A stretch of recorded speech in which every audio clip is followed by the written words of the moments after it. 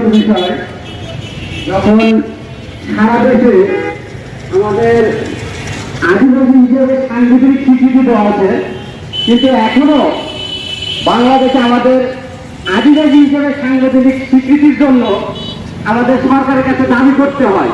একটা দুঃখের বিষয়। আশা করি বর্তমান যে সরকার দেখতে দেখতে 31 বছর যাব, 31 বছরে আমরা হারিয়েছি ভূমি, হারিয়েছি অনেক অধিকার, হয়েছে আদিবাসীদের নারী নির্যাতন। সাবেক সভাপতি জেলা জাতীয় আদিবাসী পরিষদ তাকে বক্তব্য রাখার জন্য বিশেষভাবে অনুরোধ করছি। পরিষদের উদ্যোগে যে 31তম